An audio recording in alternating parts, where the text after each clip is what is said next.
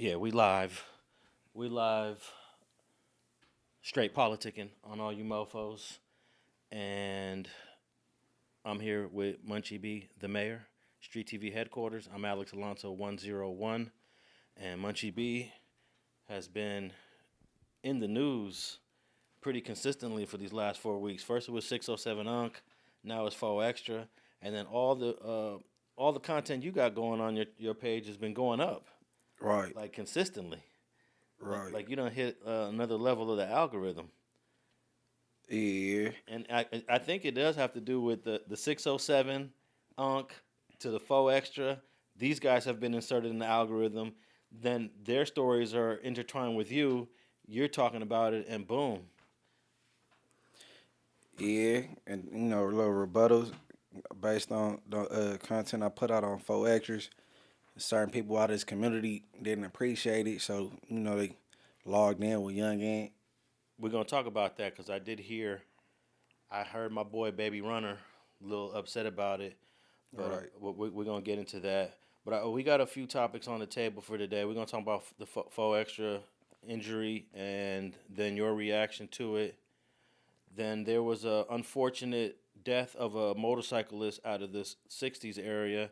They was over there doing a vigil on 63rd. No, it was on Hyde Park and Crenshaw. And the police pulled up deep and got into it with a lot of people there at the vigil. We're going to talk about that. Also, we really didn't get to talk about Free Diddy, as you've been saying since the beginning. From the gate, I was saying that. That's the crazy. Yeah, and hey, I found the clip where I said he was going to get a mixed acquittal, and that's exactly what happened. He got three acquittals, 2 guilties. All right, but what ratio was you thinking? Mixed acquittal mean, you know what I'm saying? Well, when I Was you thinking 3-2? No, I wasn't. Not at all. I wasn't thinking any number. I was just thinking like the RICO's weak. He's going to be found guilty of something, but he's not going to get. I said it's probably going to be a tall tale to get a sweep, meaning get acquitted on all 5 counts. But he got acquitted of the most serious count, so we'll talk about that. And then lastly, this dude Wack100 just posted some BS on his Instagram page about you and I. Is that right? Yeah, and we're going to talk about that. But That's his favorite thing to do, huh? yeah. Well, I don't know. He doesn't really talk a lot about me. He kind of stays away from me. But every once in a while, he'll throw a jab. You know. But I got a fact check from last week. We were talking about the most talented high school in terms of hip-hop. Which high schools produce the most talented hip-hoppers? And it is by far, to me, Centennial High School with just the three that we know. There's others, but just saying Dr. Dre, DJ Quick, and Kendrick Lamar. I don't think there's any other high school on earth that has produced Successful artists like that. Yeah. So all legends. And it's rare to have a high school put out so much talent in one area, in one thing. And then I got sidetracked and started talking about basketball last week, and I was thinking about that high school that produced. I said it had produced 4 NBA players, but it actually produced 9 NBA players. But it was Dunbar High School, out in the Virginia, Washington D.C. area where Muggsy Bogues went to, and I pulled up a list of the most talented high schools, and your school was on there, Munchie. Shout out Morningside High School, man. They were on the list. They were a little bit low on the list, but hey, if you make the list, that means you're talented. The school's talented. Shout out Lisa Leslie. Shout out Eldon Campbell. And shout out Byron Scott, even though he getting sued by the young lady right now. I hope he come from up under that. But, yeah. But there's another school named Dunbar that's a little higher on the list. But out of all the high schools on this list of 30, there's like 30 high schools that have produced like 5 or 6 NBA players. I think the most was like 15. But Dunbar High School, where Muggsy Bogues played on, is the only school that had 4 future NBA players playing on the same team at the same time. I want to know their record. I wish we could find that out, like their record back then, like, you know what I'm saying, how they was dogging people.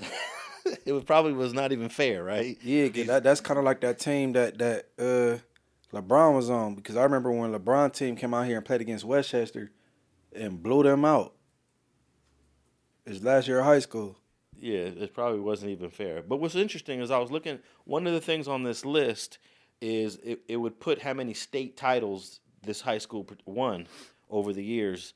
Some of these high schools that had future NBA players had 0 state titles, whereas other high schools had like 5, 6, 7 state titles. So it's not a guarantee that that team is particularly talented, because some people bloom while they go to college, while they get a growth spurt. So some of these schools weren't necessarily great teams, but I bet Dunbar was dominating back then. For example, if my memory served me right, I don't think Michael Jordan even made his high school basketball team. Like, he had to double back, but he did his thing at North Carolina. You know what I'm saying? Yeah, he was.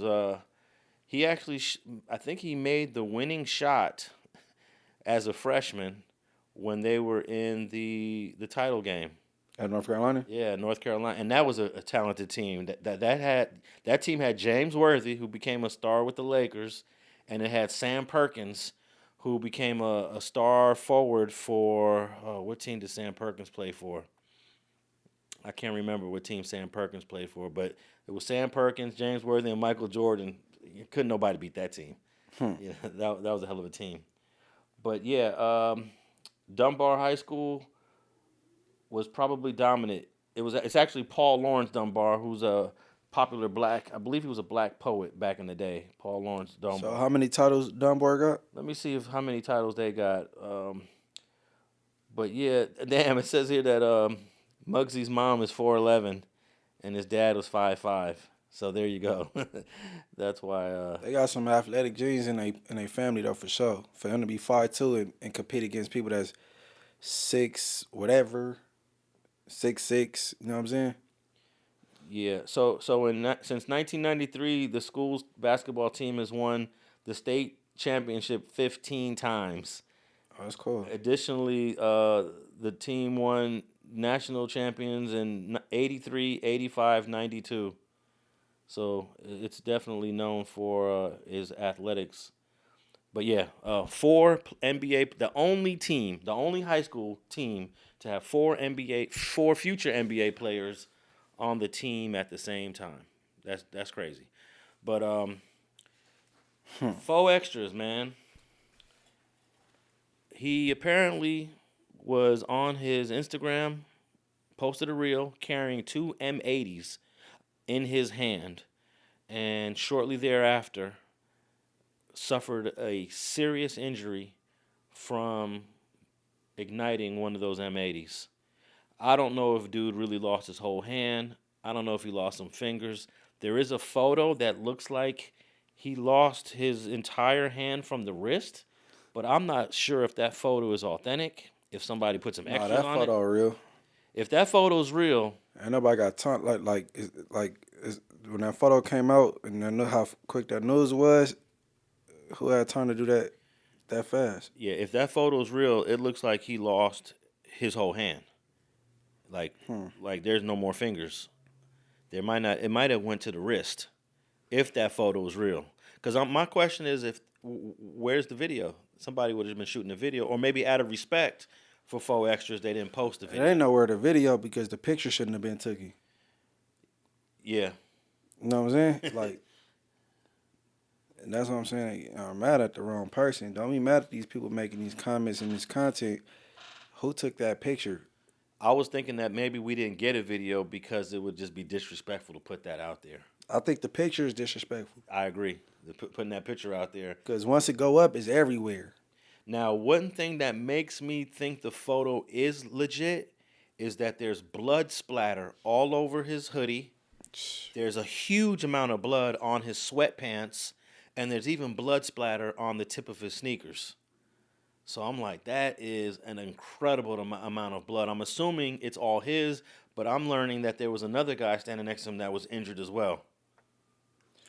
Yeah, somebody told me they seen a picture of the dude that was with him. He had a cast on, and he had like bandage on like one side of his face. You know what I'm saying? But so he's okay then. He alive? Yeah. Yeah. He got his vision. Yeah, I ain't sure because I know one side of his face, and he, like, you know what I'm saying, got tore up. So I'm not sure, but yeah, that's crazy. Now there's reports about 4Xtra also having some sight issues. I heard that too. Some say it came back a little bit. That's what I heard, and I hear mixed things. You know what I'm saying? Well, M80s are known to make you lose your vision if you ignite them too close to you. It is known to do that, but it's also known to make you lose your vision temporarily. But I know a little bit about losing your vision temporarily. I lost my sight in one eye for about, I want to say, a month to 6 weeks. I don't remember if it was 4 weeks or 6 weeks. I had to wear a patch on my eye. I got rushed to the hospital after a brief little squabble on the street, and next thing I knew, I was being rushed to the hospital, man. So he hitting that hard, huh? Nah, man. He turned your TV off? Hey, if I just only told that part of the story, it would sound like I Right. dude got with me. But nah, what happened was I actually had the dude on the ground. I was on my feet over him, doing what you do when you got the person in that position. You're in a superior position. Welling on him. Yeah. And the next thing I know, the guy pulled out a small little squirt bottle and started squirting an unknown chemical into my face. And immediately lost vision in both eyes, got rushed to the hospital, and I ended up having to wear a patch over one eye for about a little over a month. And we were wondering if I was going to get my vision back, because it wasn't pepper spray. It wasn't what's the jail term for the spray? When they yelling it, they about to spray it in juvenile hall. OC warning. OC. It wasn't that. Even the doctor said we don't know what this is. They speculated it could have been some sort of bleach and some chemical agent that had me on my pockets. But after about a month, So once he sprayed that, instant. the tables turned and he got on you? Nah, he ran. He left. He got out of there. Oh yeah, he wasn't no goblin. He got out of there. Yeah, he wasn't no demon. Yeah, he got out of there. I would have thought, like, you know what I'm saying? And I couldn't see, and two people that I knew took me to a sink and started throwing water on my face. I said, I can't see. And next thing I knew, I was laying in the Hollywood Presbyterian Hospital in Vermont. Hey, I was glad that when they peeled those patches off my face. You seen daylight? I saw daylight. Everything. I saw daylight. And it's crazy to talk about vision with you, man, because you done been through it at the highest level. Oh, hell yeah. Hell yeah. They told me that my shit basically gone. You know, it's always like a follow-up appointment. But it's really useless. Like, you know what I'm saying? But you, like, hopeful, you know what I'm saying? Go back, and they basically say the same thing they said before they discharged me. And then, you know what I'm saying? And it was what it was from there, though. But hell yeah. You must have been in the hospital for about a week or so, huh? Longer than that? I was in the hospital like 7 days. Okay. Seven, like a week, and I was up out of there. But, you know, technology today and in the near future, using stem cell research could pretty They much... was saying that in 2012 when I got shot. It's 2025. Like, see, I never was looking towards that. You know what I mean? Like, cause that's how you be in denial. You know what I'm saying? Like, and then you know America is slow. We ain't up to speed with medicine like Beijing and all that. You know what I'm saying? They get to getting the bar going on stuff, and they get to practicing and doing all that little clinical trial, whatever. They up to speed, but I don't even think about a stem cell surgery or none of that. I just, you know what I'm saying? So you don't even, like, look it up or try to find out Hell information no, about it? cause hell no, that you know, like you waiting on your taxes, but when you looking for it, it take longer. But when you just not looking for it, it just come through. Like, hell no. Like, if I was to be like waiting on some stem cell surgery or science to catch up to itself or whatever, man, I had gray hairs, man. Like, hell no, I just keep it pushing. Yeah. Well, the injury that 4Xtra sustained, it's pretty serious. It's pretty serious.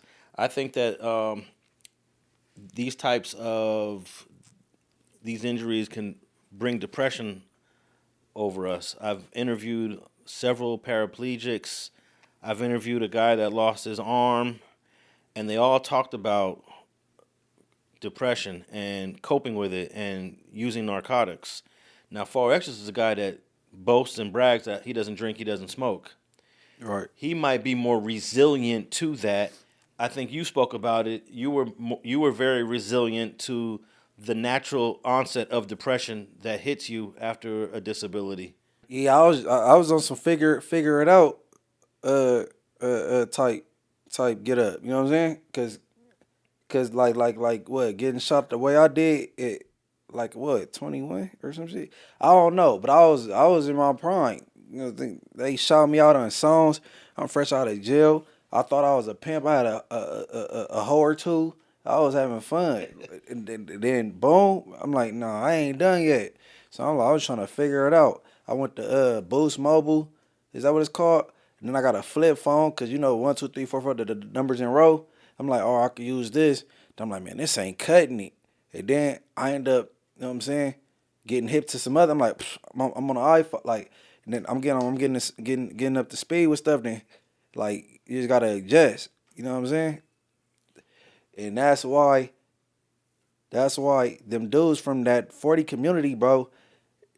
I think that one individual is very narrow minded. Out of that whole video, they took what they wanted to take up out of it. They took everything negative. They took the 2 jokes. They took.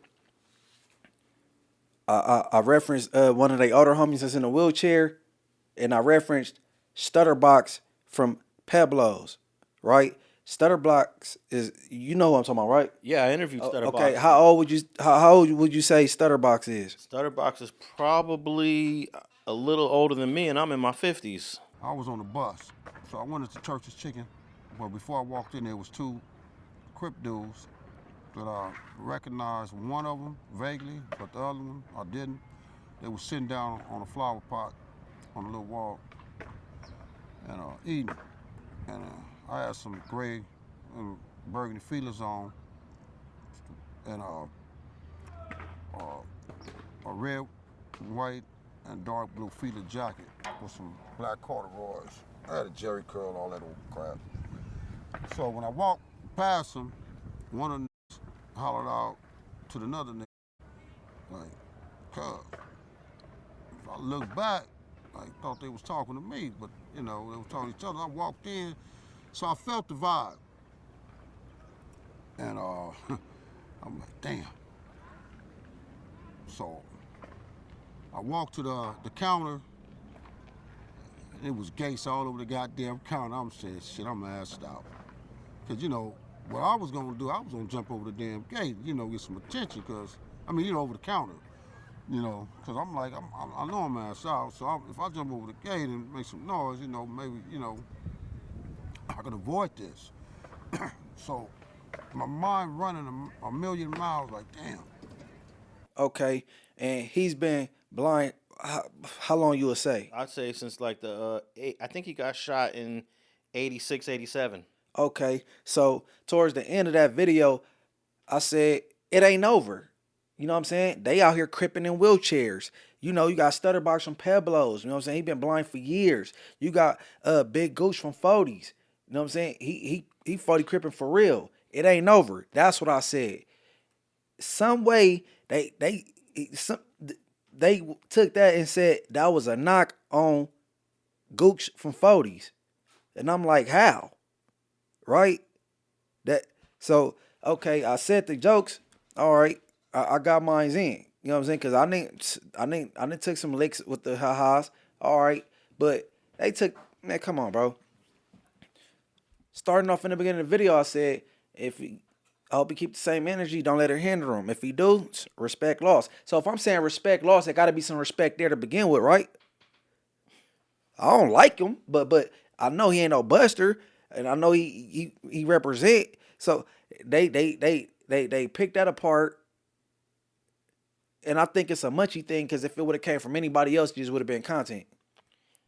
Well, I would suggest for people to go watch your whole video on that. It's 24 minutes long, but your jokes were at the end, which was probably 2 minutes of the whole 24 minutes. Right.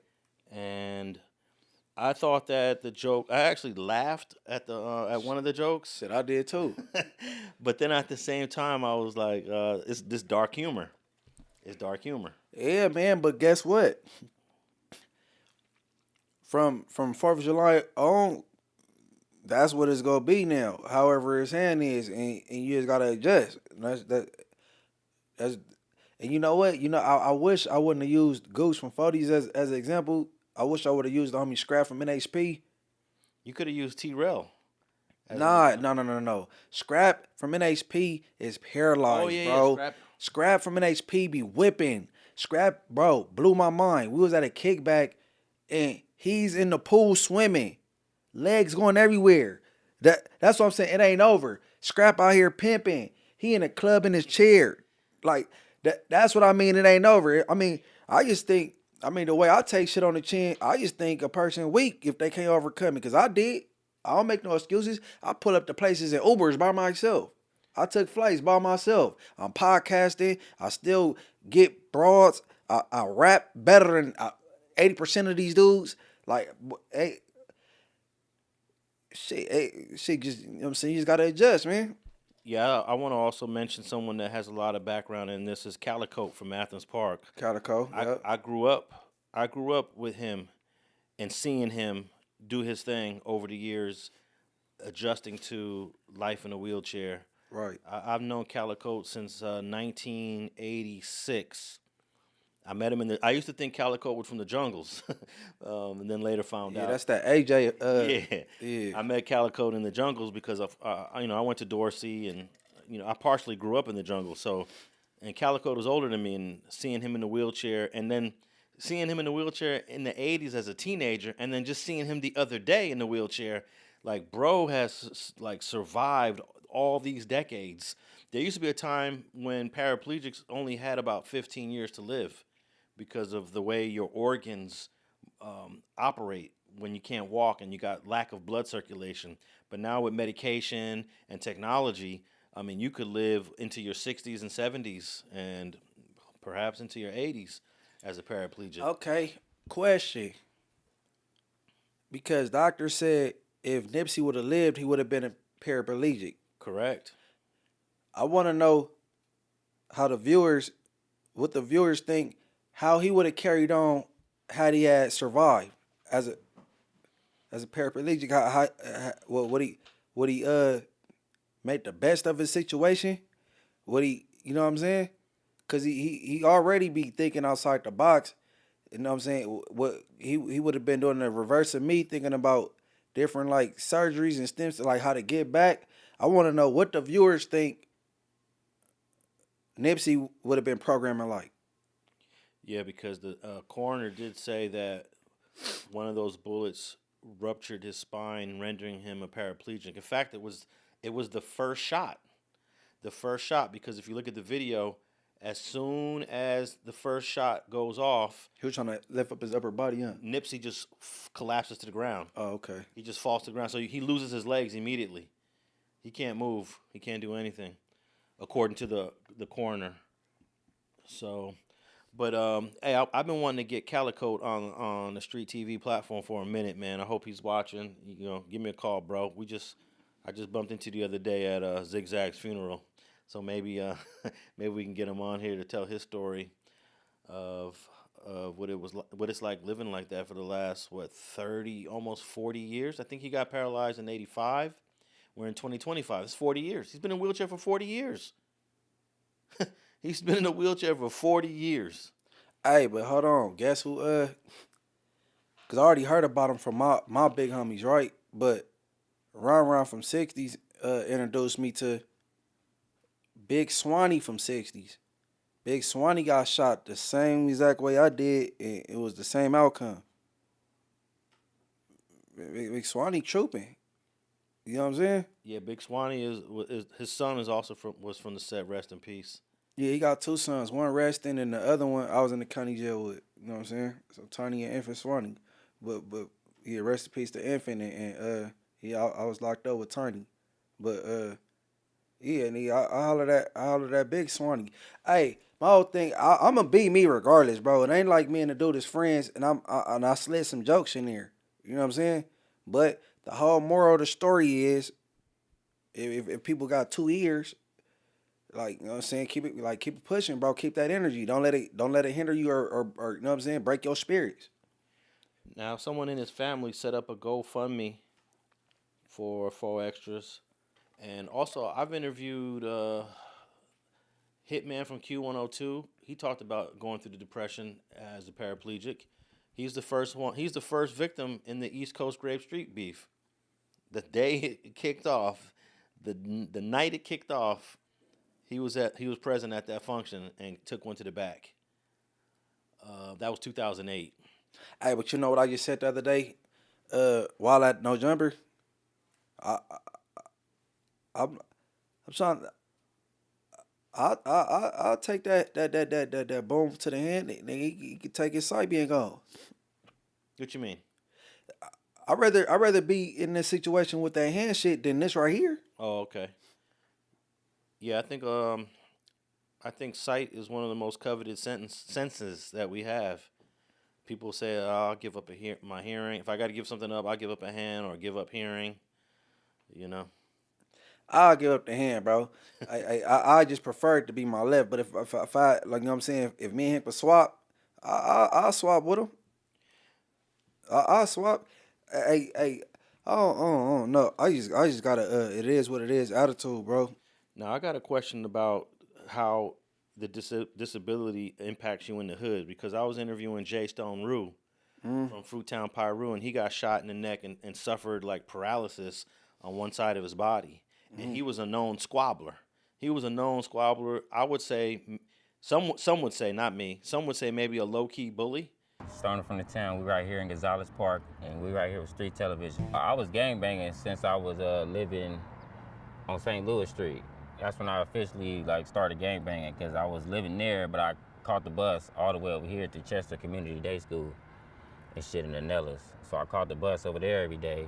That's where I was getting into it, motherfuckers and shit and all that shit.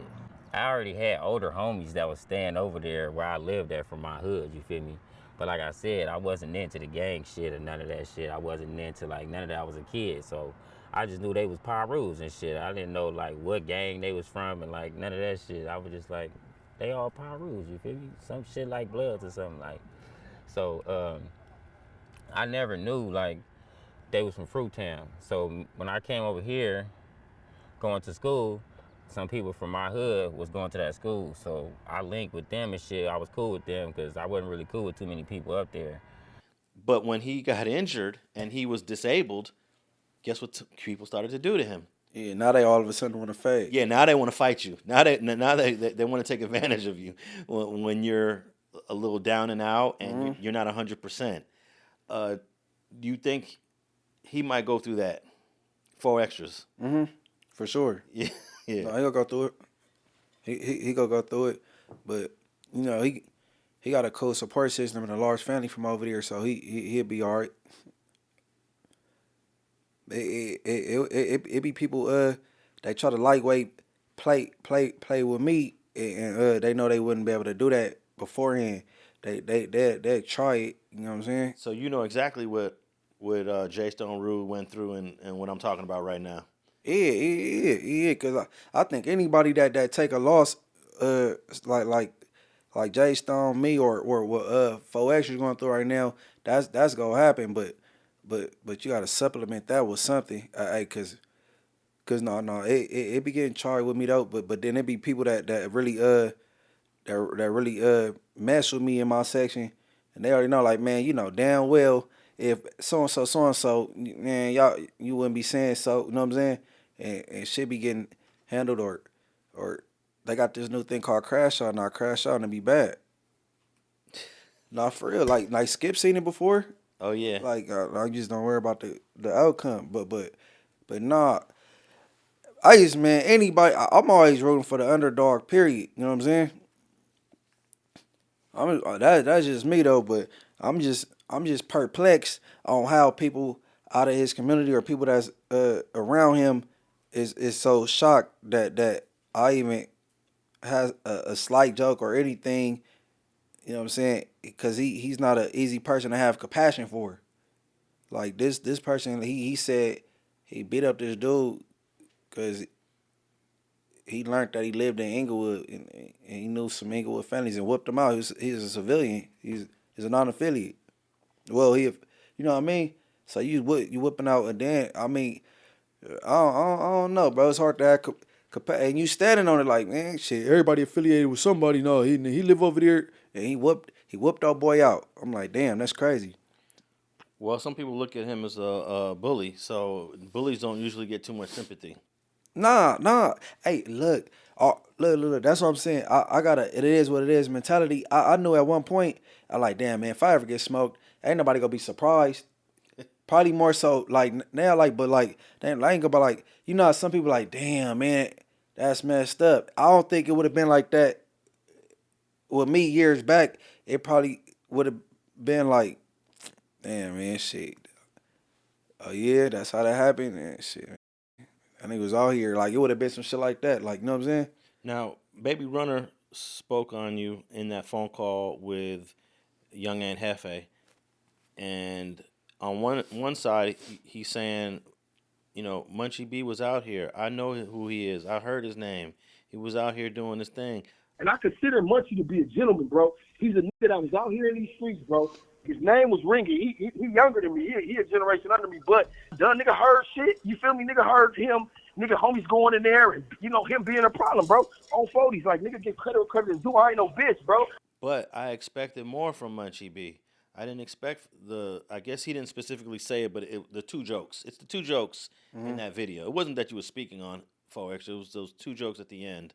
But at the same token, so it's like I expect different shit from certain niggas. Because a nigga like fucking 600 out here trolling or something. Okay, I you know, I don't look at that like that, bro. Exactly, God, I don't. Exactly. But a nigga like her, I'm like, damn, bro, what's it like? Come on, bro. We out in these streets, bro. Like, stop with the faking. But, like, you be talking, and this one I was telling Pee-wee. I said, bro, if that was the crazy part, because if that was in my hood, bro, we got certain homies who got, you know what I'm saying, who not all the way 100, and they only got so much talking that they could do. This is just how it operates in my hood. They only got so much talking that they could do, bro, before niggas like, man, fire cut shit up, bro. You just out of control. We ain't gonna let you keep on. You feel me? Just let you just keep on doing all of this. Like Munchie, you doing all this popping it, squabble up, bro. What was? Did you get a chance to talk to Baby Runner over the phone? Nah, I finally talked to Pee-wee this morning, and I told him I'm gonna hit him so he could bang Baby Runner line on 3-way. You know, so I don't have to be no back and forth videos or whatever. But he had made a dumb example and said, like, you know what I'm saying, that's like, you know what I'm saying, the ops come through and boom, boom, and people celebrating, and y'all didn't even do it. I'm like, but damn, this not even no gang-related incident. It's a freak accident, for one. And I get jokes about the blind things all the time, and the 40s didn't do it. And I don't complain about it, but I mean, when it's somebody you mess with and you cool with, you know what I'm saying, I guess it hit home, and then, you know what I'm saying, you probably looking at your boy in the hospital and they kind of like rubbed you the wrong way. I mean, as it should, but your argument, it was boo-boo, bro. It didn't have no. Well, I think you're saying the example that he used for his argument was boo-boo. Right. His argument is still the same, is that he feels like you were disrespectful in the jokes towards 4Xtra. His analogy is boo-boo, but his argument is still the same. His analogy was boo-boo, and choice of words was bunk. Like, he was like, that was tacky. I prefer him like, that wasn't tasteful. You know what I'm saying? Yeah, but like, I mean, tacky. Like telling a joke that's offensive. I know it ain't it ain't the most classy thing to do. But tacky. Well, I don't. It just because if it's something that you wouldn't do, that don't make it tacky. It ain't your get down. You know what I'm saying? Now you knew that you was gonna get a little bit of criticism for those two jokes at the end, right? You knew that.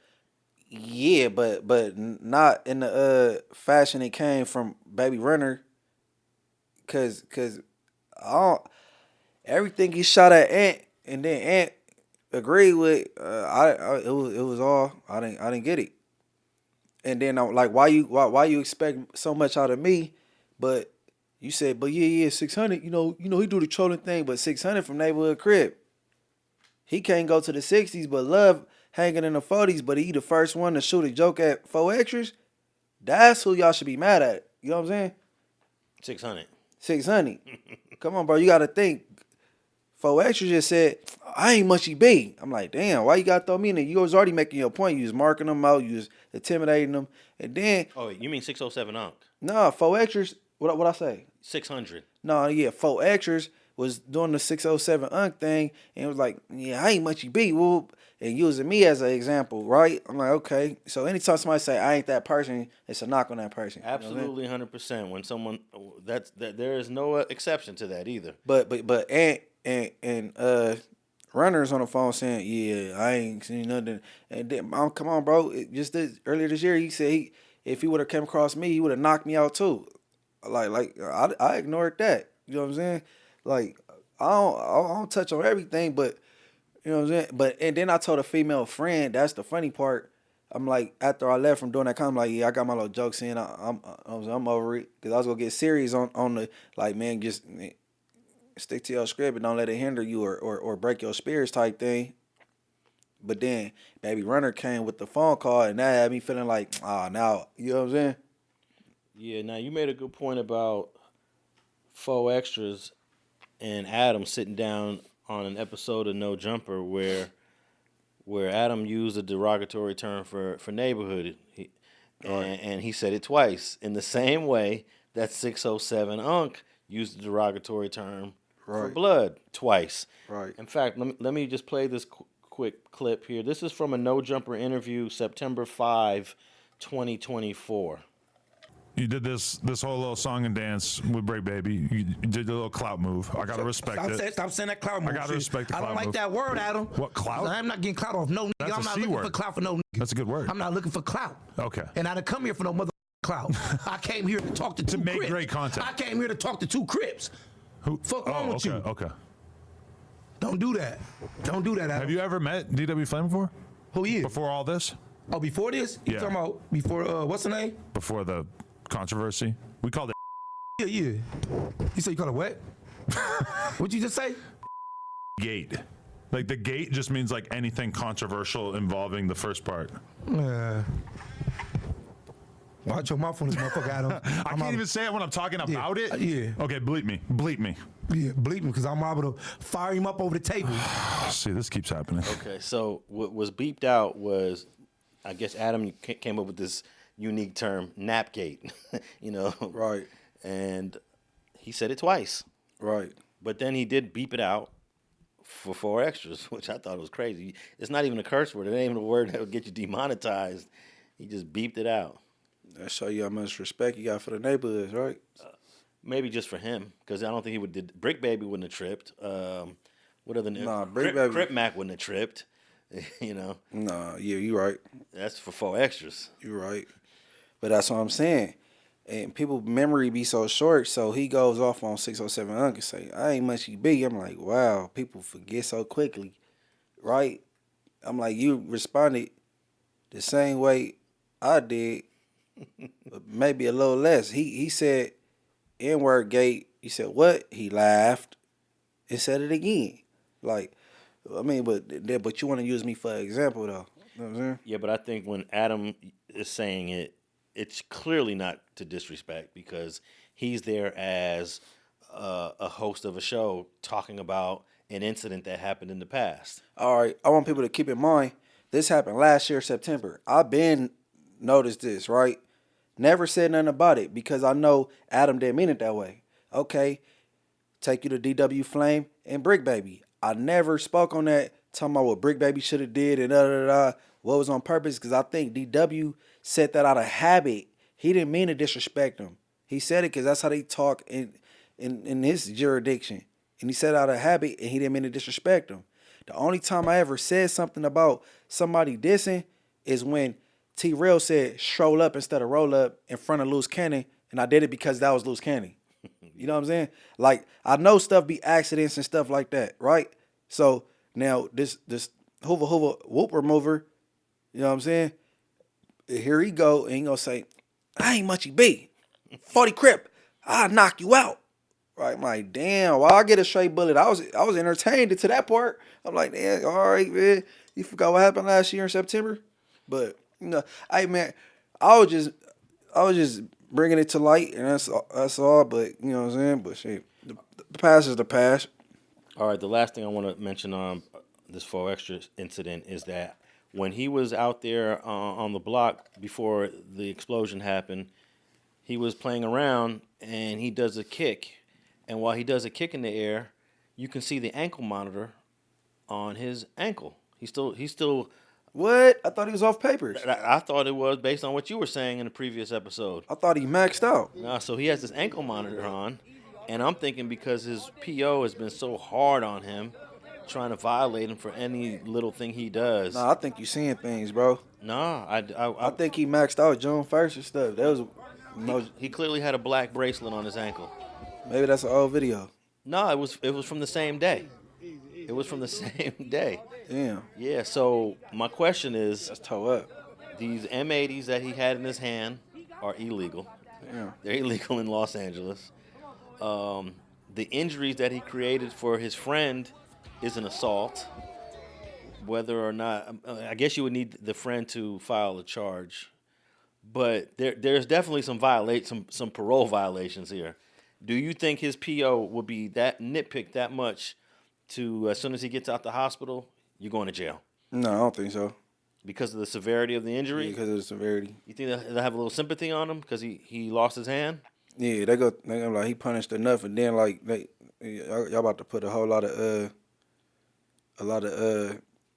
responsibility on the people in the county. Yeah, because of the medical attention that's required. Mm-hmm. Well, so no, I think he gonna be straight though. But damn, I thought he was off. Well, we'll remind the people that there is a prison just for injured and disabled people. There's a yard. I think it's Avenal. Shit, I done been to the county a few times just like this. I see respectable rents in all the cases afterwards. So they're not. What I'm saying is they're not hesitant to put a person that's disabled in jail. They're not hesitant. But I'm saying how fresh his is, and it's so severe. Yeah, it's really invasive. Like me, I've been this way for like since 2012 now. So let me get your ass over here. Okay, so maybe he'll escape a violation. Is what you're saying? Yeah, I think so. I think he gonna be all right. It just seemed like his PO is really.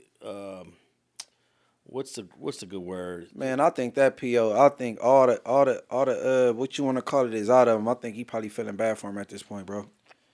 Okay. If his PO ain't from Hoover, A-Track Gangster, or Inglewood family, or he didn't beat him up, I don't think the PO.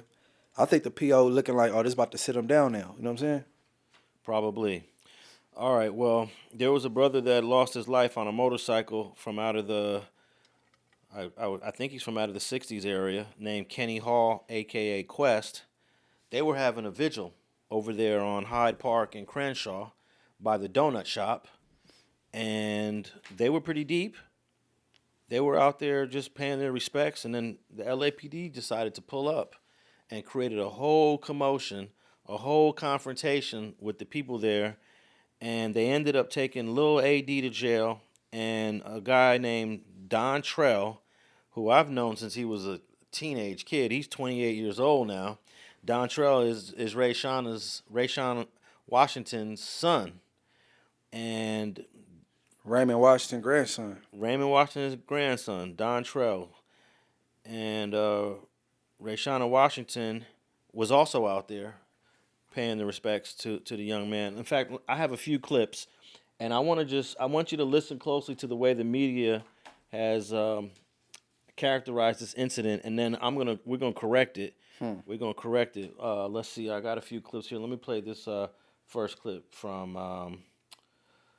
This is from KCAL News.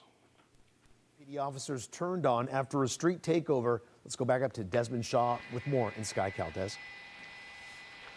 Well, Juan, here at Crenshaw and Hyde Park, things did just get kind of tense here a couple of moments ago. This is on Crenshaw. We're facing southbound. You see LAPD with this skirmish line. Folks that are up here in this group, we're getting kind of heated and up in LAPD's face, and so officers had to push everybody back, and there was even someone in this group that their friends had to hold them back, and they were really, really getting heated at officers right now. So that's just one aspect of this. There were also a couple of people over here on Hyde Park Boulevard, and the police were talking about pushing people out of the way, but it looks like they've dispersed. There was also a couple of people on the east side of Crenshaw along Hyde Park. There's still a few folks out here as well.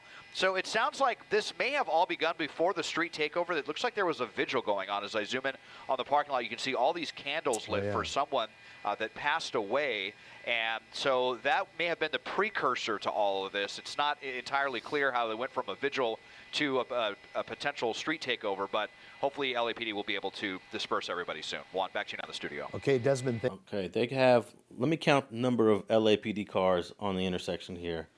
1, 2, 3, 4, 5, 6, 7, 8, 9, 10, 11, 12, 13, 14, 15, 16, 17, 18 police cars on the corner of Hyde Park and Crenshaw for this vigil. Now, before we talk about it, I want to play the other ones. They're short clips. Here's another clip. What started as a peaceful vigil in Hyde Park quickly turned violent. LAPD officers were called to Crenshaw and Hyde Park Boulevards around 9:30 last night. New video from the Citizen app shows an altercation with community members and police. In the end, several patrol cars had their tires slashed. Still not clear why officers were called in the first place. According to a witness we spoke to overnight, the vigil was for Trayvon Pratt. He was killed in a shooting last month, and so far no arrests have been made. All right. And hold on, Trayvon Pratt. I thought they said his name was something else. Yeah. We'll talk about that. We're gonna talk about the misinformation from these. Trayvon Pratt. That's crazy. Here's the third clip from Good Day LA. Cars were reportedly damaged last night after a vigil and street takeover in Hyde Park turned violent. Mario is live in Hyde Park with more on this. Mario, good morning. Bob Brooke, good morning. Dozens of people gathered here at this South LA intersection to remember a motorcyclist who was killed over the holiday weekend. Police say that peaceful gathering quickly turned violent. Take a look. We have video here from the scene showing some of the aftermath.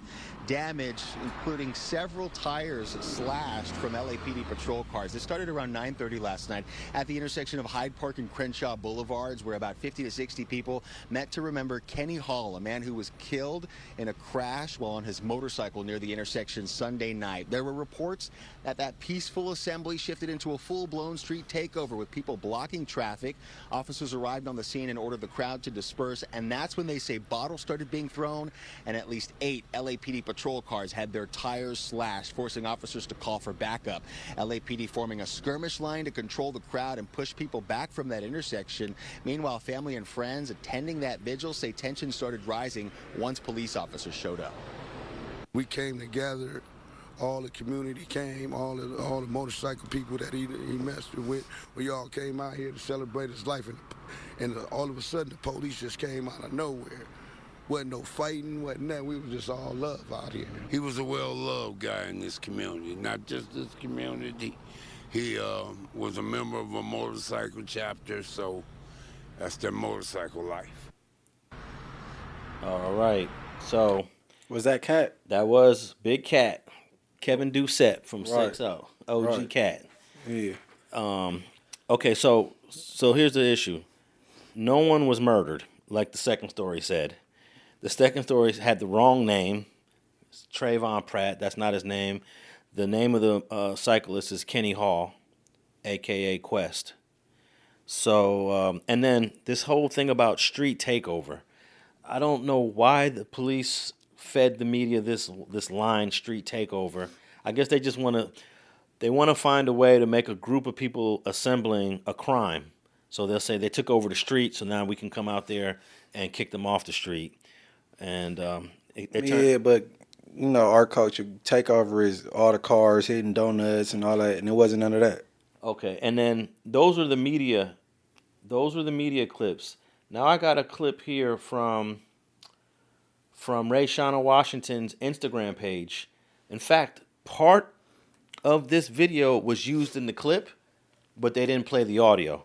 But listen to the audio in this clip from Rayshana Washington's Instagram page.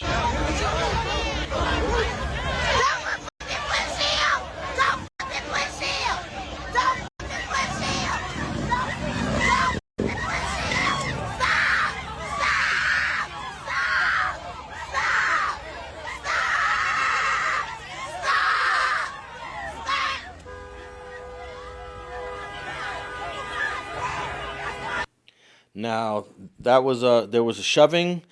It looks like the police shoved first. A two-hand shove into someone's chest.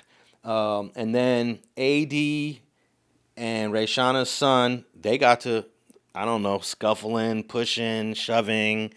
And Rayshana, I believe that's Rayshana, that voice you hear in the background, yelling at the police. But by hearing that audio, you can see how tensions really escalated in that parking lot where the donut shop is at. I wonder if they go to court yet. Well, they're okay. Let me go through what happened. Apparently, police officer Mott, M-O-T-T, he's claiming that he was assaulted. He was assaulted. So they charged Lil AD and Rayshana's son Dontrell with obstruction and resisting arrest. So they didn't get charged with any assault. So, but they go to court this week. I believe they might be going to court as we're shooting this episode in downtown Los Angeles. And they have no. And let me just add, they both are in custody with no bail. I'm pretty sure. Skip and Second Call, they gonna show up in court cause AD, he a part of that community, and he usually called to keep crowds under control, and you know what I'm saying, he a leader in his community as far as, like, you know what I'm saying, keeping stuff mild-mannered, you know what I mean? So, like, for them to lock him up for obstruction, yeah, that's kind of like, I don't know. Yeah, I actually remember when AD he was fighting another case back in, I want to say 2019 or 2020, and I wrote a letter for Lil AD so that we can keep him out of prison and keep him safe out here on the streets doing the work that he does. And it worked. I believe it worked. We was able to keep him out of prison. How you say his name? Dontrell? Dontrell. Yeah, free Dontrell and Lil AD, because AD he do the work in the community, so they, you know what I'm saying? That sound like massive chaos. Like, goddamn, did they just hop out blitzing? Like, oh man, I don't know. I'm sure someone called in. We got a bunch of people out here on the corner of 63rd. But 18 cars? And they came deep. And I think there were more cars because I'm only counting the ones that I can see in the shot. You know, it was a helicopter shot, and there was some. I saw another angle where there were a few more cars. So, and hey, look, this is 6-0 hood. This is Rollin 60 hood. This is the 77 division. They getting the call. They going deep. Y'all used all that. Hold on, they used all them cars. That's damn near a whole unit. For that, they trying to celebrate the home going to somebody. Oops, sorry about that. And oh man, I don't know. Police be on BS a whole lot of times, man. Hopefully they kick them loose for sure. But I'm almost positive I could bet any dollar skipping them in court and in attendance and letting the judge know, like, you know what I'm saying? Yeah, and by the time this episode airs, they would have already done a press conference. The family, Rayshana Washington, Lil AD's people, and whoever else is part of this, they're doing a press conference at 77 Division in the front of the police station to speak about how they just kind of came in there and just bullied their way into the crowd and did what they did. Well, that was a large crowd. That was the only two that went to jail? Only two that went to jail. They're the only two kind of fighting with the police. And I don't really want to say they're fighting because the cop pushes him first. Right. He pushes him first. This is not de-escalation. This is escalation. And I thought these police officers were trained in de-escalation. You got a group of people that are mourning the death of Quest, a.k.a. Kenny Hall. You got to think, this not even a gang-related murder or anything, you know what I'm saying? No, he lost his life. So where you worried about rivals coming through, shooting and all, he lost his life on a motorcycle accident. You got people from his bike club out there, not only people from that community. Yeah, that was on BS, man. Yeah, and whenever there's people mourning, the police have to come in there with de-escalation on their mind. And obviously from this footage that Rayshana posted, they came in there guns blazing, ready to whip some ass, and pushing people out in the parking lot. And this young brother didn't care. You're not pushing on me. You're not pushing on me. Right. I don't care if you're the police. You're not pushing me. Right. And sometimes your reaction to a police pushing you can be legal. If he pushed you for an illegal reason, you have every right to defend yourself. I mean, if ain't no laws being broken or nothing, you just got a call, and then you push somebody out, shit, he in the right for shoving back. Yeah, so hopefully these charges get dismissed and dropped over the, of course it's going to take like a couple months, a few months going back and forth to court before these guys don't even have bail yet. Damn, what's that, Inglewood Court? Nah, they're in downtown LA. This happened. CCB? Yep.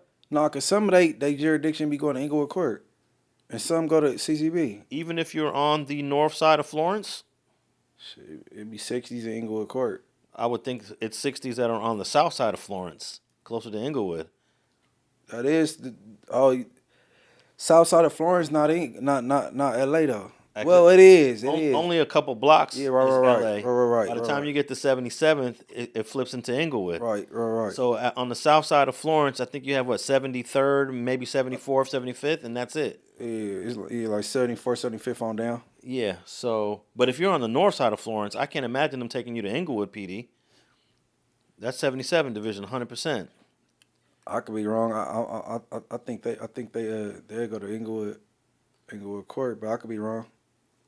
Well, I just talked to Rayshana Washington, and she's downtown right now, fighting for her son. Oh, there go her answer. She downtown. Yeah, she's fighting for her son. And I support defending yourself against anybody, including the police, if they come in there and act tyrannical. It's in our Constitution. Our Constitution says we have the right to bear arms to protect ourselves against a tyrannical government. And when the LAPD comes on the corner of your community and starts pushing people around when no crimes have been committed, that's tyrannical. Okay, one of the news clips said we don't have a reason why the police was called out, but they didn't even report to y'all like the reason why they was called out. You know what I'm saying? Yeah, they were just probably called out because it was a big crowd. They're assuming it's just like some gang stuff going on, but man, he literally lost his life on a bike, and you know what I'm saying. And what's crazy, one of those news stories said that the guy was murdered. Damn, man, that name Trayvon Pratt sound real familiar too. They just throwing shit on the news, and they said from last month. Why would somebody be mourning somebody a month later? I know. I thought that was crazy, but they got to get this shit right, bro. Hey, the news makes mistakes all the time. Nah, not them type of mistakes. What's their consequence when they report the wrong type of news, bro? Do they get suspended, laid off? What's the punishment? Well, no, they're supposed to do a retraction. So whoever, if I can send an email to that news company right now and say that the person that got killed was Kenny Hall, not Trayvon Pratt, and he wasn't murdered, he died in a motorcycle accident, they will post on, they're not going to take the story down, but they'll put a retraction saying that this story has an error, this is the correct information. There's no punishment because if that was my son, I'll sue y'all for emotional distress. Y'all making me relive this, bro. My son was put away last month, and y'all blasted on the news talking about we mourning him for something that happened last month. We just got past that, and now, no, that's a lawsuit. Yeah, I don't know, man. I'm looking to sue me somebody. All right, hey, you've been saying this since his arrest in late 2024. Free Diddy. Me and Kanye. Free Diddy. Yeah. I'm gonna throw one more guy in there. You, Kanye, and not Kanye. Oh yeah, me, Kanye, and Lil Boosie. Okay, Lil Boosie, and then there was Stevie J. Stevie J was very pro Diddy. Right. He was very pro Diddy. He didn't say free Diddy, but he was pro Diddy. I never seen any of that stuff. The Diddy I know, that ain't him. He was very pro Diddy. So we gotta throw Stevie J in there. Okay. Stevie J was willing to defend Diddy. So we got Diddy, Boosie, Munchie, and Kanye. Right. But even though he was acquitted of the 3 most serious charges. Well, I thought it was 4 he was acquitted of, and there was 1. He got found guilty of the 2 Mann Acts. Okay. The 2 Mann Acts, which is basically transporting a sex worker across state lines. Let me get the exact federal definition of the Mann Act. The Mann Act, also known as the White Slave Traffic Act, is a U.S. federal law passed in 1910. It prohibits the transportation of individuals across state lines or international borders for prostitution or debauchery or for any other immoral purpose. The law was initially intended to combat forced prostitution and human trafficking, but has been used in various ways throughout history, including targeting consensual sexual activity. So it's an archaic law that's still on the books that doesn't allow you to. I'm confused. They said state lines are international. Yeah, like if you're Canada or Mexico.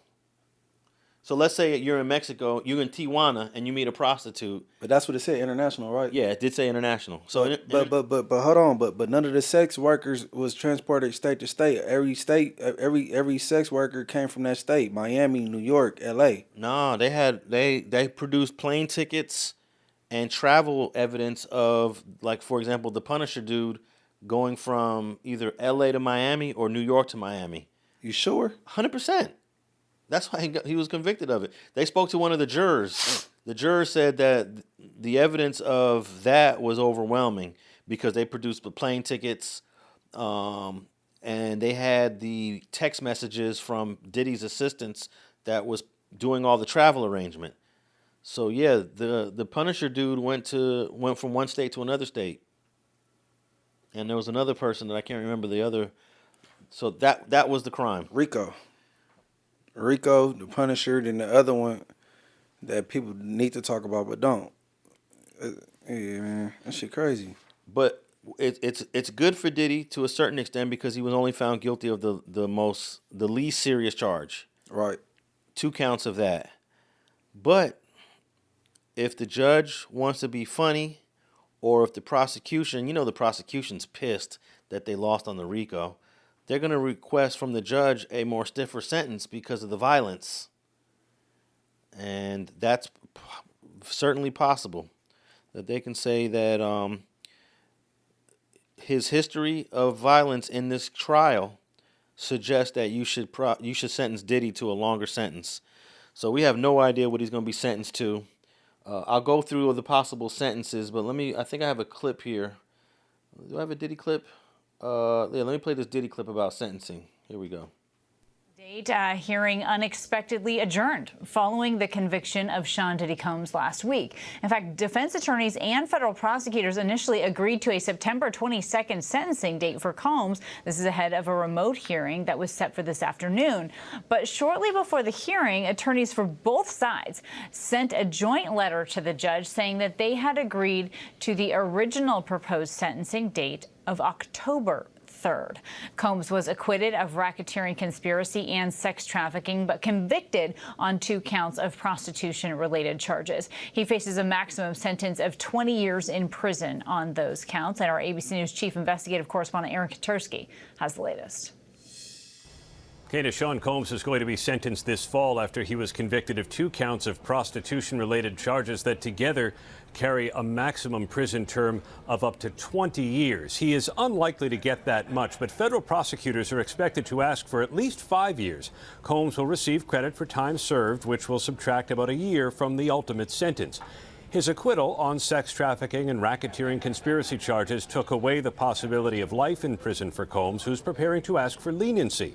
The defense has already argued Combs has taken steps to address what the judge called a propensity for violence, as seen on 2016 hotel security camera footage. And his attorney said Combs began a batterers program in New York prior to his arrest.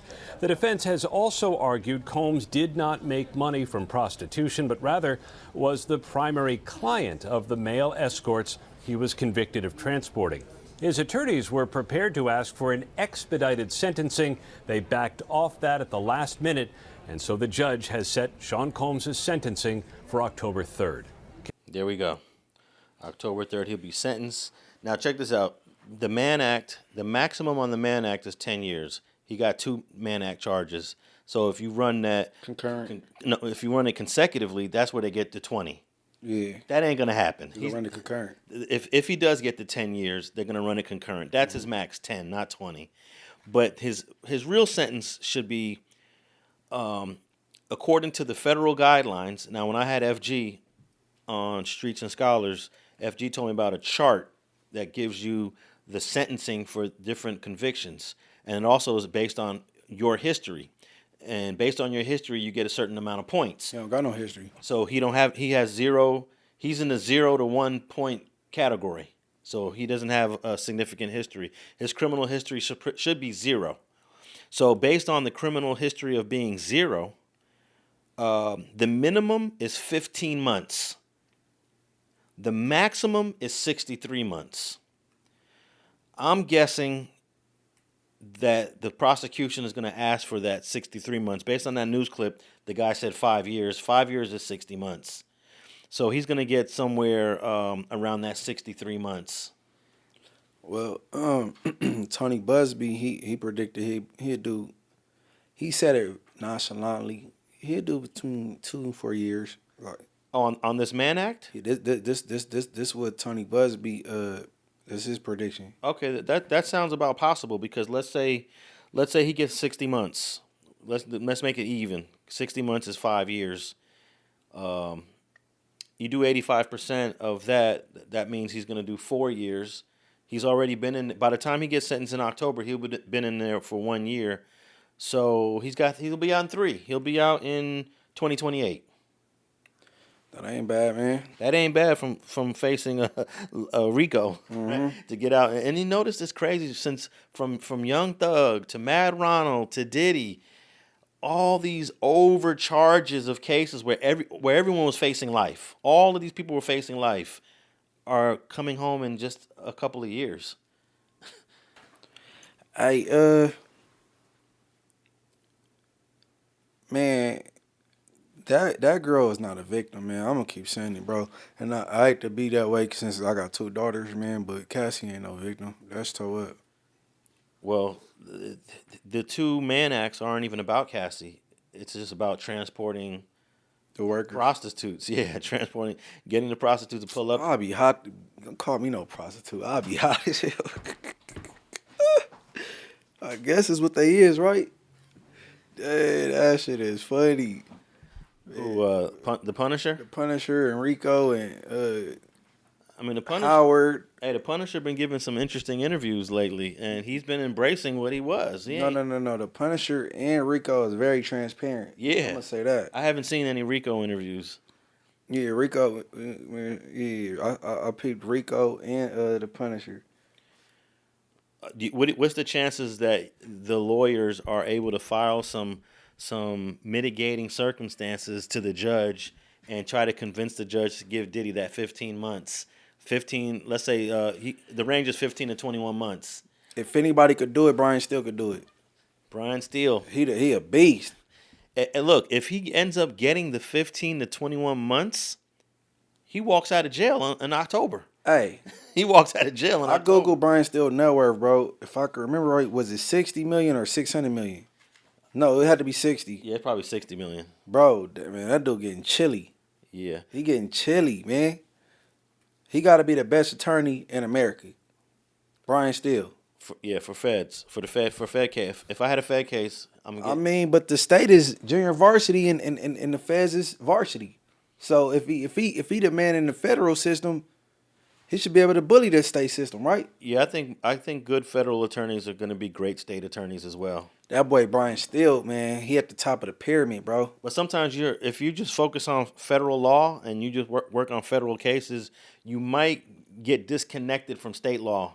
And if you take a state case, you got to like revamp your whole approach towards defending. But that'd be like riding a bike. It's easy to get back on because federal law is way more sophisticated. I think federal law, the bar of proving a case is easier to reach with the feds. Like the federal government doesn't have to show so much proof. The bar is easy to reach. So it's harder to defend a federal case. It's harder to defend a conspiracy case. Versus in the state, the burden of proof is on the prosecution. I mean, it's still on the prosecution and the feds. It's just that they have more, like RICO. RICO is a tool that makes everything illegal. Everything's illegal. Where without that RICO, a lot of these Fed cases wouldn't even exist. But if Brian Steele can do it, I would be impressed if Diddy walks out of there with a 15 to 20 month sentence. Man, if he do that, man, he might as well just retire, man. Retire on top, man. Nah, once he's done with this case, he's got cases pouring in. Man, bro, but these cases, you got to study around the clock. You don't get a break. That's what I'm saying. You don't want to go home and kick off your hour. How old is Brian Steele? He's not. If he over 50, retire, bro. Yeah, he probably is. But nah, you know what the passion that these lawyers have for working. I can imagine they get a rush. Yeah. Right. Let me see what his age is. Tony Bunsby, whatever, you a bum. He's 61. Brian Steele. Retire, big bro. Retire, big bro. You done did it, man. You legendary. Nah, he's hit his groove these last few years. This is the most success he's ever had as an attorney. Why stop now? Man, you right. You got so many clients now that want you. I even think Big U should consider hiring Brian Steele with some of that. Can't afford him. I was gonna say with some of that San Diego Charger money. Man, I don't know, man. Drag that case out, and his son is about to sign a mega contract. Once he gets out of this rookie deal he's in. Not to detour. What's funny about you bringing up his son? I remember maybe a year and a half ago, Cash Jones was on the internet saying how his son is going to be a bust. He's been injured, X, Y, and Z. Oh yeah, and then this last season he balled out and he led the league in tackles. You see how haters work? I would love to find that clip. I gotta find that clip. You see how haters work, bro? Haters try to manifest all that little weird energy. That's weak, bro. I'm gonna have to dig that clip up because his son is one of the top linebackers in the NFL. Man, I believe he leading the tackles like at least first 1, 2, or 3. He had 88 tackles last season for the Chargers. Led the team, and I think he was in the top 10 for the whole NFL. And he's only gonna get better. He's only gonna get better. In fact, I bet you Brian Steele will take Big U's case, and he could just say, "You owe me because of your son." They just write a contract up. Mm-hmm. You owe me whatever $1 million it's gonna be. He's good for it, and that's a case that Brian Steele could work some magic on. I believe Brian Steele could pull it off. Yeah. Before we move on to our final topic, because I'm sitting here looking at the Mann Act. I just want to mention that the Mann Act, which was first originally known as the White Slavery Law. It was because of women that were prostitutes back in the day, and they used the Mann Act to bring down the first black heavyweight champion of the world, a brother named Jack Johnson. I'm going to put a link here into this great article. It's entitled, "The White Slavery Law That Brought Down Jack Johnson is Still in Effect." The Mann Act was designed to prevent human trafficking, but used to punish interracial relationships. I don't know the details of Jack Johnson's relationship, but he did date a lot of white women, and a lot of people were pissed. America, can you imagine, 1910, you're the heavyweight champion of the world, you black as night, and you dating white women in America. Yeah, once you go black, you don't go back. It says here, Johnson, let me just read this one part. Johnson wasn't the only person affected by the Mann Act. Jack Johnson, the heavyweight champion, also known as the White Slave Traffic Act of 1910, the law was invoked over and over again to punish black men for their relationships with white women, affairs that challenged the racial status quo. So this law that Diddy was just found guilty of was used to prosecute brothers that were dating white women, and I don't know, I guess they threw in prostitution. They alleged that they were involved in prostitution at the time, to convict these brothers. But Jack Johnson ended up being found guilty of it. That whoever made that law was a hater. Absolute hate. Hating on them, the pause, no Diddy, but them big dick black men, bro. And they just hate it, bro. Yeah. All right, so man, no Diddy, but free him. But bro, that bro, man. And no, this ain't alcohol. This is water. I just that for the, I didn't see when you said that earlier and you said the name, I kind of like kind of read that wrong. I was like, oh, okay. But I didn't know. All right, that's some bullshit. Yeah, they brought down Jack Johnson and a few others. Hey, Jack, when you watch the footage of Jack Johnson and all the heavyweight fighters back then, the way they fought was funny because they didn't fight with their fists up around their face. They fought with their fists down around their waist, and they threw punches from like their stomach, like they lunge punched each other. And then I guess at one point somebody decided, hey, it's probably better to keep your fists up and fight. So they just knock it. They was beating each other ball upside the. They ain't even guarding their face. No, they wasn't guarding their face. They were throwing. They had their fists low, and you just the whole fight. They're just throwing punches from the stomach area and throwing those like lunging punches from like haymaker punches. But Jack Johnson knocked everybody out. He knocked everybody out. And maybe somebody could tap in with me. I want to know who was the first fighter that decided, hey, it's probably better that we have our fists up for defense. Because you look at all the fighters, they were fighting like that back then. That was just the technique. Yeah, I know that shit look goofy. It does look goofy when you look at it with today's, looking at it in hindsight with today's vision. All right, last but least,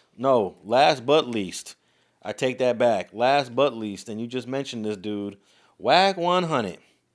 I don't know what this dude's obsession is with you, Munchie, but whenever he can, he throws a jab. He throws a jab, and it's always the same old thing. It's that ridiculous clubhouse rant that you had with Rockstar. That they keep replaying and replaying. But on his Instagram page, he posted a clip of our reaction to the feds indicting a bunch of Bloods out in Lancaster after these guys were already in state custody for a year. They were in jail already in the LA County jail fighting this case, and then all of a sudden the feds came in there and took over the case. You remember this topic about a week or two ago? Right. Okay, so he posted a short clip, and on his Instagram, he wrote, "Believe them when they tell you who they are. Peanut Butter Man sits with a district attorney assistant and just throws my name, my hood, into a gang murder." Imagine that. And all you did was just say that they got Bloods deep out in the Antelope Valley. In fact, Wack's community, Pacoima Piru Bloods, they deep out there. And that was it. Right. We played the news clip of the story. I read some parts of the article that covered it. But he's saying that we threw his name and his hood into a gang murder. Man, Wack, you ain't murder nobody. You harmless. What the fuck? About through my name. Hey, why everybody want to be like the boogeyman and through my name? Man, you ain't did nothing to nobody, bro. And bro, it's widely known that the PDLs and the 2Ps are deep in Palmdale, Lancaster. See, that was information to me because I always thought that they had gangs. They have gangs out there. Yeah, they got their own gangs. They got BIG. They got Bob. They got Penthouse Players. They got Taking Off Phase, Black Menace Mafia. They got all these gangs out there, but they got like remote gangs. Like you know what I'm saying? It's a gang. Like at one point, PDL had an injunction in Palmdale, and they hood derived from Pasadena, and the the 2 pieces deep out there. At one point, it was, hey man, I don't know why you keep trying to put this snitch narrative on everybody, bro. Why everybody got to be telling, bro? Why? You know what I'm saying? The 2Ps are my friends, bro. Hey, how did I become a district attorney assistant? I don't know, man. I don't think Lil Esborn from 60s will agree. Nah, I don't think Baby Red from Blackstones will agree. Definitely not. I don't think rest in peace. What's Poppy from Kitchen? from Kitchen agree. These are all people you aided to get back to the streets, bro. I don't think they agree. I think you trending in the right direction as far as helping TC get back. Where DA where? I'm confused. Cash Jones do more DA work than anybody. You said that man guy had his son killed for insurance money. And they've been doing what they've been doing for 20 years and it ain't worked. So they use my name and act like it's an issue. It's not possible that he genuinely hates you. I don't know him. How you hate a motherfucker you don't know? I hate plenty of people I don't really know. You know, he need to hate. You know, this motherfucker, he got his own son killed for the life insurance money. You gonna do a interview with this type of motherfucker? You ain't got no morals. That's a hell of an accusation. What's real? It just doesn't really sound likely to be true. What's real? If you know that, wouldn't the police know about that? Wouldn't like somebody know about that? Who's his son? Who are you talking about? Should I Google that? Am I gonna find anything if I Google that? He's not here. What's from the Bay? Jay Diggs? Jay Diggs. You said he set Mac Dre up. Had a conversation, a sit down with a guy who does not get along with you very well. Get along with me. Jay Diggs. I don't know that dude. Apparently. He wants to throw down. I've never seen him. I've never talked to him. Never did business. Never been in the same room. I don't know him. Right, but you've made some pretty extreme claims about him. I responded to his shit. And see, you took an interview with an op. That's your right, because this your platform. We only talked about you a little bit. Right? Now, unless he want to talk about how he lined his son up to get killed for the insurance money. See, what is we that? Ain't talking. We can talk about it. We ain't talking about it. How he got some responsibility and getting, old boy killed that they love up there in the Bay. We ain't touched content on that, Adam. So his son, for the people at home, died of a seizure induced by lean usage, apparently. I feel like induced by what? Lean usage. Wait, induced by what? You do a little bit of damage to your own credibility. Induced by what? Lean, allegedly. What the fuck was in the lean? Do the research. What? What was in the lean? You tell me. I'm telling you, do the research. I wasn't involved in the okay then. The audit do the of research. lean. Don't talk about my credibility. If you do the research on what was found in the lean, motherfuckers drink lean all day long. Okay. What was found in the lean, and then do the research on a motherfucker that gave his own son lean because he thought it was cool. Like some of these niggas roll blunts with their kids and pop perks with their kids because they think it's cool. Why do you think he gave his son lean? It ain't about thinking, it's about what we know. How do you know that? Did he collect the life insurance? I don't know. Do you know? Well, that's a fact. Even if that was true, don't you think that's a fact. It's kind of ugly to be bringing that to the table. Yeah, that ain't he got the other man smoked. That's what you said, bro. You called that this indictment was coming down on Big U way before it came. You text his wife and said 911. He need to get up out of here, and then the house get raided a day or two later. You the one got all this information. You the one had a case in 05 and then he just disappeared to my interest of justice. The justice ain't never in our best interest. Not they type of justice. Where did that case go from 2005? It wasn't no illegal search. That's what it wasn't. You and your brother, y'all both are ex-cons, y'all felons. And they found ammunition and loaded firearms in the car. The dog went off. The dog going off, that's probable cause to search the car. So how was it wasn't a probable cause? Hey, bro, you lie a whole lot. You always close to the fire but never get burned. Why you get to extort everybody and never go to jail, but they got Big U? Why you bullying people for Ray J and you got a what's it called, like a civil RICO? Why it ain't criminal? Bro, you slicker than baby oil. Word to Diddy. I swear to God. You can't call nobody the police, bro. If I'm the police and you just Big Paru and you so tapped in, why ain't nobody from Inglewood family handing over no paperwork? If you think the 60s hate me so much, did I tell on them? Why they ain't got none? I don't know, man. Hey, bro, you're not a credible source, brother. You're not. Yeah, he was very comfortable talking about how Big U was allegedly linked to the Rayshawn Williams murder in Vegas back in 2021. He's the one that brought that to the internet. Nobody was talking about that homicide that happened in 2021 until he brought it to the internet. Him and 600. Man, listen, That's bro. insane. Listen, bro. You don't help the police. You don't give them hints and you don't give them leads, bro. Not indirectly or directly. That's dry snitching / snitching, bro. Man, you gotta quit it with the snitch this snitch narrative. You know what I'm saying?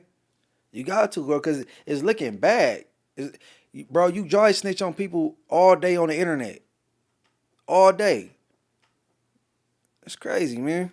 Okay, well, this post that he put up there, I want to go through, just read some of the comments on this post. I think they're very entertaining. The very first comment is from your boy Christopher Lovejoy. I don't understand how your name even came up with gangs in Lancaster. Hey, Christopher Lovejoy got some nerve. See, I want to say something, but I don't know if I'm supposed to repeat it because you know what I'm saying? But all right, hey, man, Christopher, chill out, bro. No, for real, chill out, man. She got videos of my Lovejoy here. Like, he mimicking the police. Like, man, you ain't no actor, bro. What, you a crisis actor? Said he had it. Christopher Lovejoy had a bunch of responses to that one comment. I don't understand how you snitch and go to Big U court date. Let's see. Hey, bro, the only time you're supposed to be in court for somebody is if you're there for yourself or you're there to support. You don't go to troll nobody. You know what I'm saying? Okay, here's Christopher Lovejoy's response to that guy's comment. That was Spud Gotti. Christopher Lovejoy says, nah, you don't mention a man from a whole other city in a murder. That's dry snitching. He's talking about us reacting to that news story. Man, everybody know Wack is harmless, bro. He not going to do nothing. Ain't nobody mention him in no murder. He said, and then Christopher Lovejoy continued to write, is Munchie B hinting to Wack had something to do with a murder in Lancaster? No, I'm hitting till you get knocked out in 15 seconds. All right. Hey, man. It be the audacity of the people it come from, though. Yeah, I mean, they're truly, to me, they're truly playing characters. There's nothing real about these guys. Right.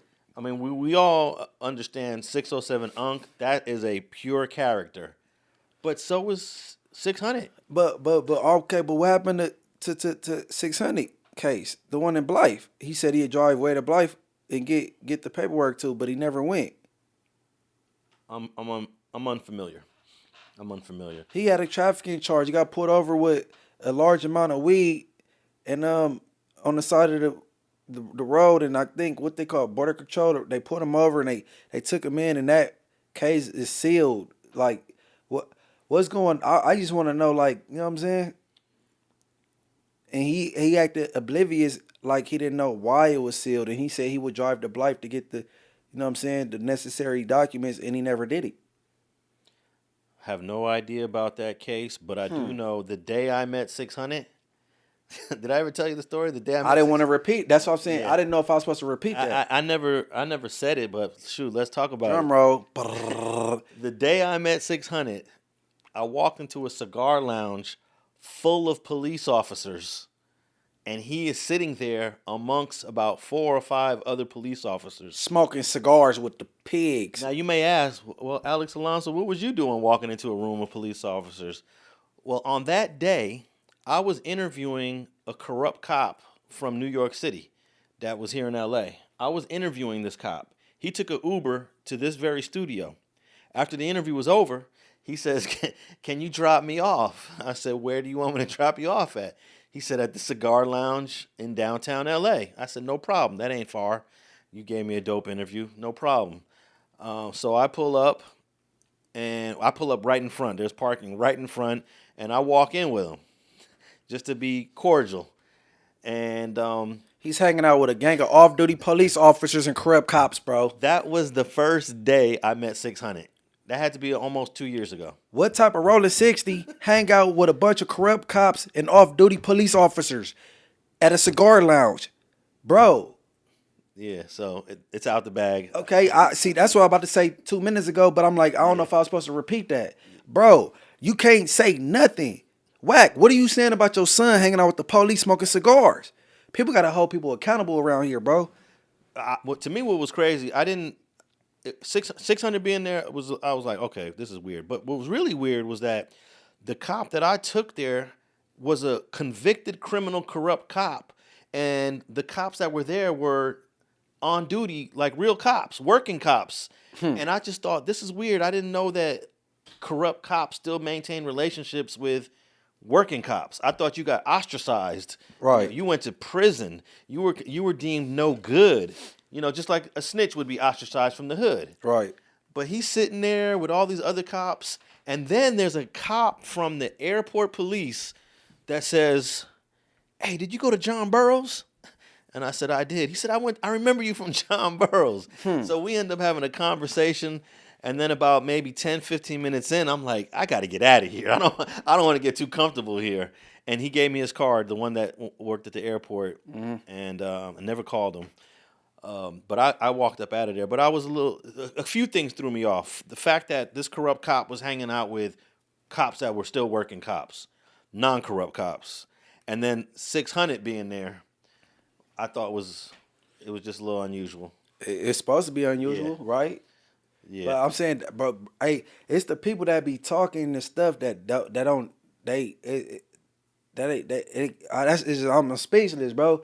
See, I've been not saying that for the longest because I didn't know if I was supposed to repeat that. Yeah, I wasn't really. I didn't want to I didn't want to put it out there really because there may be an explanation to why he was there because there was a guy that had a YouTube platform that was also there. He wasn't on YouTube yet, bro. He was a fake manager back then. He was trying to manage. Was he trying to manage Crib back then? Well, he wasn't doing his own content, but he was definitely popping up because I recognized him when I saw him. I was like, oh, I seen you on the internet. Okay. You know, I was like, okay, this big dude, and he was brand new on the internet at that time, and I was just like, damn, this dude just popped out of nowhere. He's supposed to be managing Crip Mac, and he's supposed to be the head of this cutthroat management. And it was just, that was the day I met him. And I got out of there. I got out of there about 15 minutes. I sat down, though. I will say I sat down. Hey, see, but you ain't trying to drag other people into this, but you came in there to speak to somebody. Yeah. Right? So we can leave his name out, you know what I'm saying? Because he's not a cop, you know what I'm saying? He a content creator came to speak to somebody, and that's when you seen Christopher Lovejoy, Officer Lovejoy, with off-duty police officers and corrupt cops smoking cigars. That's about accurate. Come on, man. Stop playing on grown folks, bro. I sat there for about, I don't know, 15 minutes. Hey, Wack, man, I've been a person of interest too many times, bro. I don't even play them games like, you know what I'm saying? You know, I think people get it twisted because I go in there and I'll be peaceful. You know what I'm saying? I might talk to a 40 or a 60 or an enemy, or I do gang prevention and intervention. Far from a snitch, bro. You'll find Michael Jackson hanging at your house before you find some paperwork on me, bro. All right, let me read some more of these comments under this post he did on us, because it just shows that his own fan base ain't feeling him. His own fan base don't believe him. The Ruger 10 said, all that Ninja said was, yo hood be out there deep, LOL, you reaching. He said, your name because you are the biggest from over there. You want blood to be bad, so bad it's sad, LOL. Detroit for a week said, ain't that what you did to Big Useless? Trust My Life said, I can't believe you won't talk about that gun case in Texas. Woo! 2005. I'm not picking and choosing comments. I'm reading these comments back to back to back to back. Order. Yeah, I'm not trying to pick out the negative ones and skipping the positive one. But it's cool when you said Jay Diggs killed his son on multiple podcasts, even though he wasn't convicted, right? That's from Cam 1K. Whoa. 90s rap OG says, PDL always been in Lancaster for as far as I can remember. Thank you. Black Juan says, Ninja, you do the same goddamn thing. Which I don't agree with him because what we did was not nowhere near what he does. Yeah, the Lane homies is already convicted. They are already locked away, and it's widely known that the PDL's got a heavy presence in Palmdale. But go ahead. And what his Instagram post doesn't show is our whole clip is about 12 minutes long. We played the news clip. We read the article, so we wasn't telling nothing that wasn't already in public domain. Gold Money Grill said, so what is it called when you got on Clubhouse and said Diamond had some lady murdered that he's not even charged for? I'm not familiar with that one. You ever heard of that one? I think you're talking about Diamond. That's a part of Kiwi Damu Conversations. Okay. Hit JB says, bro said y'all gang be out there deep. He never once said y'all did it or was involved. Y'all ninjas be reaching. That's another guy that probably saw our whole clip and follow Straight Politicking. Hit _JB.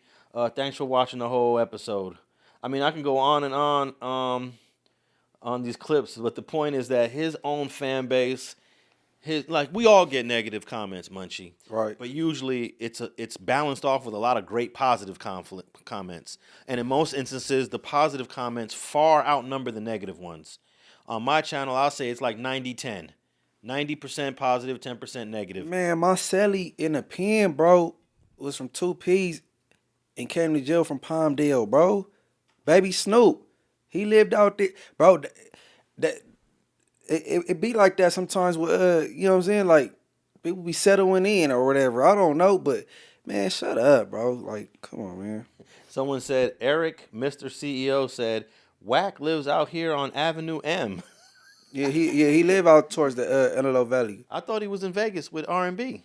Well, they talking about, he probably still got that spot, but, like, it's a little bit past Palmdale. It's called something. I forget what that city called, but it's towards the Antelope Valley. He out there. See, you a 2P that's in the Antelope Valley.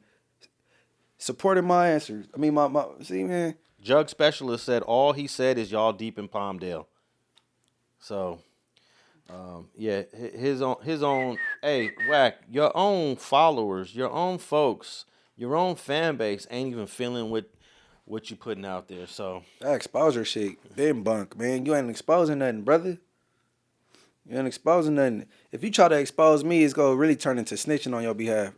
So you just chill out, bro. Now, I usually don't say free people too often because I work with defense attorneys and I don't never want that thrown back in my face when I'm there trying to defend somebody. But I will say free Lil AD and free Dontrell because from what I saw on the video, they don't deserve to go to jail or prison or even be locked up right now. They're gonna be out. Yeah, they'll be out. All right, where can they find you at, Munch? You can hit my Instagram _Richard Hart Podcast. I need to start paying more attention to that Instagram _Richard Hart Podcast and like and subscribe over there. Munchie B the Mayor YouTube channel. I'm going up.